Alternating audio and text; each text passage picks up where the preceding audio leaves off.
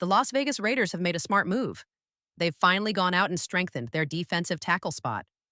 Today, let's break down what this means for the team as they move forward. The Raiders found themselves in a tricky situation. Everyone knew they didn't necessarily need a superstar on the defensive line.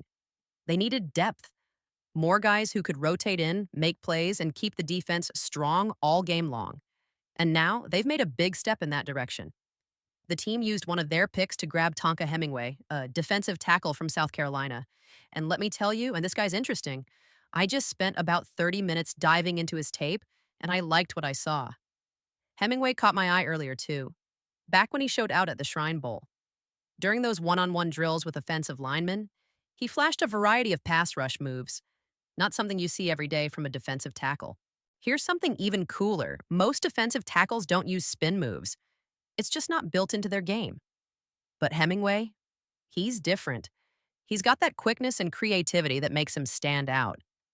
The Raiders knew they weren't picking in the first, second, or even third rounds. Those rounds usually land you day one starters. By the fourth round, you're usually chasing traits and upside. And that's exactly what they did.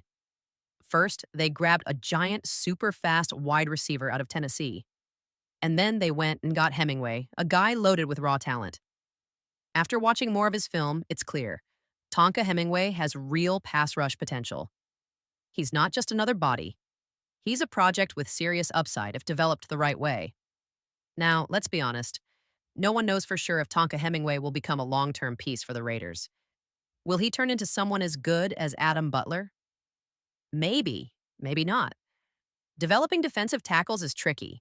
Sometimes it works out beautifully, other times not so much. But here's the good news. Hemingway has real potential. There's raw talent there, the kind you can actually build on if you coach him right. When you turn on Hemingway's tape, the first thing that jumps out is how athletic he is. This guy can spin, he can double hand swipe, and he's got something that's super important for any defensive lineman, a great hezzy move. Now, if you're wondering, what's a hezzy move? Let me explain it real quick.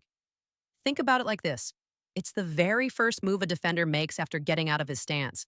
It's that little fake or hesitation that tricks the offensive lineman into stepping the wrong way. Picture Hemingway lined up over a left guard. At the snap, he might angle his body slightly to the right, making the guard think he's about to rush outside. But in a split second, Hemingway cuts back inside, slipping right past him. That's a good heezy move. Great pass rushers all have it. It's the same idea wide receivers use when they run routes. Think about Hunter Renfrow.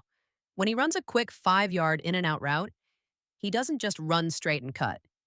He sells it with his body, leaning one way, faking, making the defender bite, then snapping back the other way. Pass rushing is the same kind of art, and guess what? Tonka Hemingway moves like a guy who gets it. He's not just strong, he's smart with how he sets things up. And for the Raiders, that's a pretty exciting thing to work with. Here's something that'll catch your eye. At the NFL Combine, Tonka Hemingway had the #1 athletic score among all defensive tackles. That's right, #1. Pretty impressive for a guy flying under most people's radar. Now, let's be clear. His game tape isn't perfect. He's not out there wrecking plays every few snaps like a Jalen Carter. When you watch Carter in college, you'd see him disrupt something almost every 3 or 4 plays. With Hemingway, it's more like once every 12 snaps. But that doesn't mean he's bad. Hemingway still holds his ground and does his job the right way. If you ask him to plug the A-gap against the run, he'll do it. If you ask him to keep outside contained during a defensive stunt, he'll do that too. The thing is, Hemingway is built to rush the passer, not necessarily to be a big-time run stuffer. He's got a frame more like Adam Butler or Christian Wilkins, quick, lean, explosive, rather than the massive bodies like Jonathan Hankins or Dion Walker. And if you step back and look at the Raiders roster, it's clear. They've got some strong pass rushers inside, but their run defense? Still a bit of a question mark. Guys like Adam Butler and Christian Wilkins are going to make life tough for quarterbacks. But holding their ground against double teams in the run game? That's where they might struggle a little. Even Wilkins, who's very solid overall, is at his best when he's attacking from the outside, not when he's getting swallowed up inside. Now, the Raiders do have some run defenders on the roster. Jonah Lalu from the Colts, Lakey Fotu from the Jets, Zach Carter, picked up last year. Those guys are built more for the dirty work in the trenches. But honestly, I was really hoping the Raiders would land an elite run defender in this draft. I had my eyes on Alfred Collins and Dion Walker. Collins went earlier than expected. No chance for the Raiders there. But with Dion Walker, he was right there when we picked at the start of the fourth round.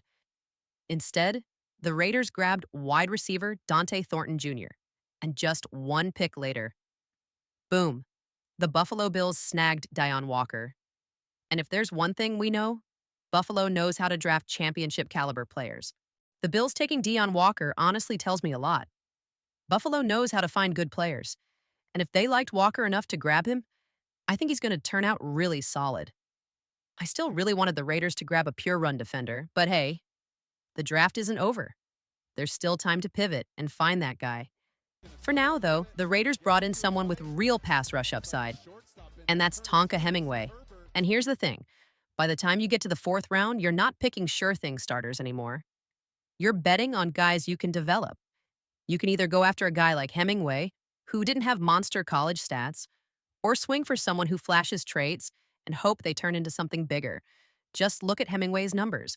507 total snaps, 269 pass, rush snaps, 5 quarterback hits, 5 sacks. Not bad, considering he wasn't even the star of his defensive line. He played next to some elite talent, including Dylan Stewart, who's projected to be a future #1 overall pick. And Kyle Kennard, another stud, who'll probably be drafted soon too. Bottom line, Hemingway wasn't the main attraction on that D-line, and he wasn't playing every down either. That's important to remember. As a player, he's clearly built to rush the passer, not to anchor against the run. And honestly, he's a developmental pick, a guy with huge upside if everything clicks. Now let's be real. Hemingway's floor is pretty low. If he doesn't develop, he might get cut in 3 or 4 years. But defensive tackles often take 4 or 5 years to fully hit their stride anyway. And if it doesn't work out with the Raiders, I wouldn't be shocked if he caught on somewhere else and had a long career as a solid backup. Maybe 7, 8, even 9 years in the league. That's what you're betting on in the late fourth round. Traits, upside, and a little bit of patience. And when you watch Hemingway's tape, you see it. The guy's got good pass rush moves. Double hand swipes, spin moves, quick hands.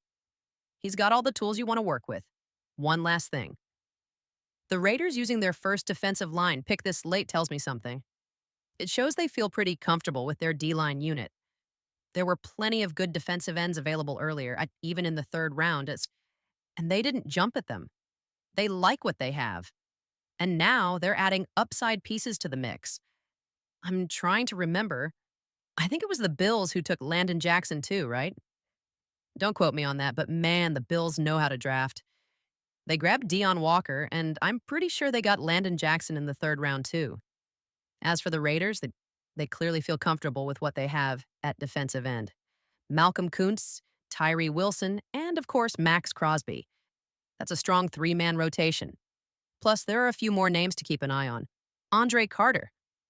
Let's see how he develops Charles Snowden. Curious to see what he brings this year. Both of those guys could be really good 4th and 5th options. So maybe the Raiders didn't feel the urgency to go after another defensive end just yet. That said, there are still some good pass rushers left on the board if they want to double dip later. We'll see how it plays out. Either way, I think John Spytek has done a really solid job with this draft so far. Once the entire draft wraps up, I'll do a full breakdown, maybe even later today. Might even go live to talk about it if I can make the time. But yeah, overall, I feel like the Raiders have definitely gotten better, especially on offense. I like the Tonka Hemingway pick too. We'll just have to be patient and see what he turns into. Let me know what you guys think. Drop a thumbs up, subscribe, and I'll catch you in the next one.